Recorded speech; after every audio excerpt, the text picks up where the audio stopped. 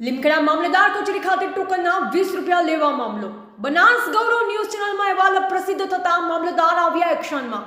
મામલતદાર કચેરી દ્વારા સત્વરે ટોકન સિસ્ટમ બંધ કરાવી દાખલા માટે રૂપિયા 20 લેવાતા હોવાનો મામલતદારનો ખુલાસો। અરજદારો પાસેથી ફક્ત દાખલા લેવા આવતા ઈસમો પાસે સરકારના નિયમ મુજબ 20 રૂપિયા લેવાયા તેમ અનિલ વસાવા મામલતદારે જણાવ્યું। અમારી પાસે ફરિયાદ મળેલી હતી કે અરજદારો દ્વારા દરેક કચેરીમાં આવતા કોઈપણ કામ માટે મામલતદાર કચેરીમાં ટોકન સિસ્ટમ દાખલ કરીને પૈસા લેવામાં આવે છે, પણ એ વાત ખરેખર ખોટી છે। ફક્ત અને ફક્ત ઈટીવીટીની અંદર જે સર્ટિફિકેટ છે એના સર્ટિફિકેટ મેળવવા પૂરતી જ એમને 20 રૂપિયા ફી ચૂકવવાની છે।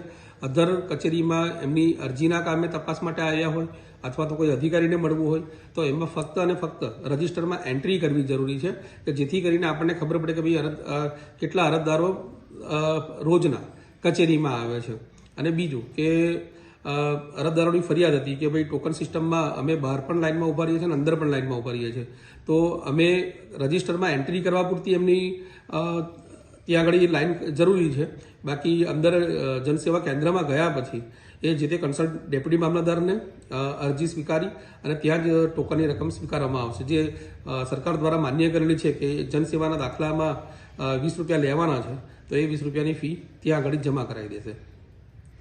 હાલ આ જે ટોકન સિસ્ટમ છે એ ચાલુ છે કે નહીં? આથી અરજદારોના કહેવાથી અમને લાગ્યું કે નહીં, ખરેખર ટોકન સિસ્ટમ બંધ કરવી જોઈએ, તો અમે આ ટોકન સિસ્ટમ બંધ કરી છે।